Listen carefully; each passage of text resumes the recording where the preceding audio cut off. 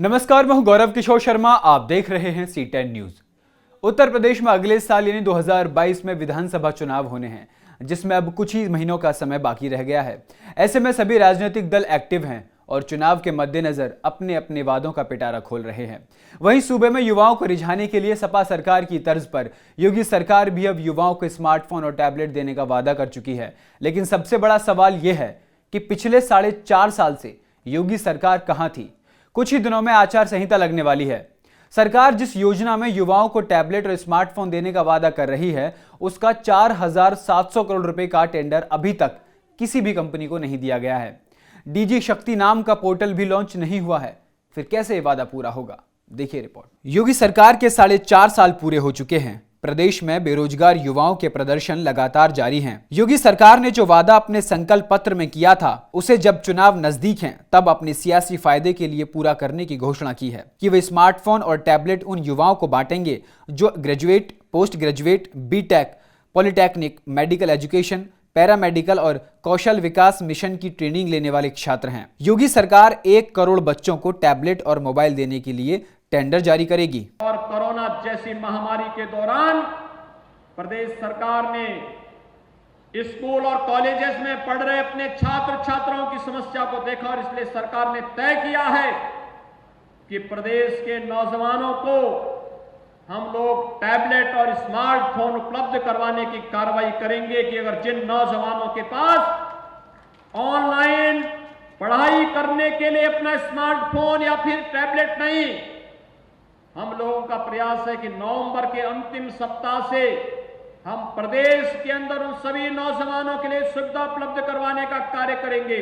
और इस क्रम में हम लोग बहुत शीघ्र टैबलेट और स्मार्टफोन के साथ प्रदेश के अंदर नौजवानों को सुविधा उपलब्ध करवाने की कार्रवाई को आगे बढ़ाने जा रहे हैं। वहीं सरकार पर निशाना साधते हुए सपा प्रमुख अखिलेश यादव ने कहा कि इस सरकार ने युवाओं को सिर्फ सपने दिखाने का काम किया है। रोजगार देने का सिर्फ प्रचार प्रसार हुआ है, लेकिन धरातल पर कुछ भी नहीं है। और अब अपने सियासी फायदे के लिए लैपटॉप बांटने की घोषणा की है। अगर पहले युवाओं को लैपटॉप दे दिए गए होते तो शायद लॉकडाउन में शिक्षा व्यवस्था इतनी खराब नहीं होती। नौकरी और रोजगार के कितने सपने दिखाए इन्होंने। लखनऊ से लेकर के दिल्ली में बड़ी बड़ी होर्डिंग लगी है नौकरियों की, लेकिन बताइए कितने नौजवानों को रोजगार नौकरी मिली है। बड़े बड़े आयोजन किए गए इन्वेस्टमेंट के लखनऊ में, जिसमें प्रधानमंत्री, राष्ट्रपति जी भी आए, वो सब आए। बताइए कहां पर कारखाना लग गया, कहां पर उद्योग लग गया। और जैसे ही चुनाव आया तो बताइए मिसाइल का सपना दिखा रहे हैं झांसी के लोगों को, बुंदेलखंड के लोगों को। यहां के लोग अब भारतीय जनता पार्टी के झांसे में आने वाले नहीं है। चुनाव आ गया तो मुख्यमंत्री जी कह रहे हैं लैपटॉप बांटेंगे, टैबलेट बांटेंगे, स्मार्टफोन देंगे। और इस सरकार ने अगर अपना वादा पूरा किया होता तो लॉकडाउन में नौजवानों को और छात्रों को और आम लोगों को इतनी तकलीफ का सामना नहीं करना पड़ता।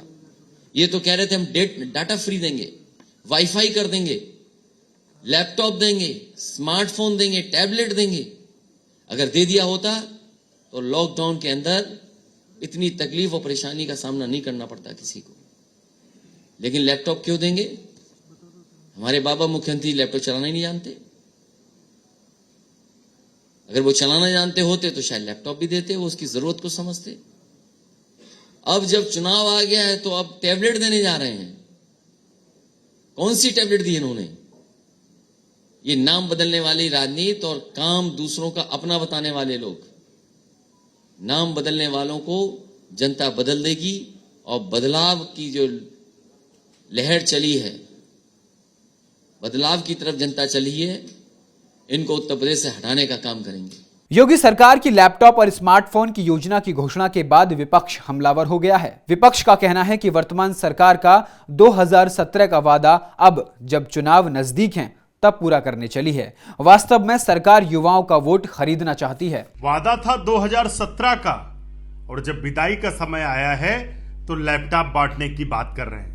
अंदाजा इसी से लगाया जा सकता है कि उत्तर प्रदेश में जितने वादे भाजपा ने किए होंगे उसका हश्र क्या हुआ। भारतीय जनता पार्टी ने 2017 में नौकरियों की बात कही थी 70 लाख, सबसे ज्यादा बेरोजगारी। अपराध नियंत्रण की बात कही थी। उत्तर प्रदेश में अपराध का भरमार, क्योंकि भारतीय जनता पार्टी अपराधियों और बलात्कारियों को बचाती रही। लगातार उत्तर प्रदेश में घटनाएं बढ़ती चली गईं। अब लैपटॉप और इन सब की औपचारिकताओं के झुंझुने से कुछ होने वाला नहीं। कांग्रेस पार्टी श्रीमती प्रियंका गांधी जी की जो प्रतिज्ञाएं हैं, 20 लाख सरकारी नौकरियां, सरकारी बसों में महिलाओं को मुफ्त यात्रा, 40% टिकट, किसानों का पूरा कर्जा माफ और उसके साथ बिजली बिल हाफ, कोरोना काल की 25,000 की आर्थिक सहायता, 10 लाख तक सरकारी इलाज, 2500 रुपये कुंटल गेहूं धान, 400 रुपये कुंटल गन्ना, उससे प्रदेश का भला होगा। बीजेपी सिर्फ झूठ बोलकर प्रोपेगेंडा फैलाती है। प्रदेश का जनमानस ये बात जान चुका है। 2022 के चुनाव में जनता इनको सत्ता से बाहर करने जा रही है। राजनीतिक विशेषज्ञों का कहना है कि वर्तमान में राज्य सरकार हो या केंद्र की, तमाम फैसले आगामी चुनाव को ध्यान में रखकर किए जा रहे हैं। दरअसल उत्तर प्रदेश में चुनाव हैं और सारे राजनीतिक फैसले उसी को देख के किए जा रहे हैं। मुख्यमंत्री योगी आदित्यनाथ जो कि करने जा रहे हैं, लैपटॉप देने जा रहे हैं, स्मार्टफोन देने जा रहे हैं, उसके पीछे भी जाहिर सी मंशा यही है कि नौजवानों के बीच में एक ये मैसेज जाए कि सरकार उनके लिए भी कुछ कर रही है। तो जाहिर सी बात है कि सरकार की मंशा यही है कि किसी भी तरीके से उन वोटर्स को अपनी ओर लाया जाए जो कि उनके पक्ष में थोड़ा सा माहौल बना सके।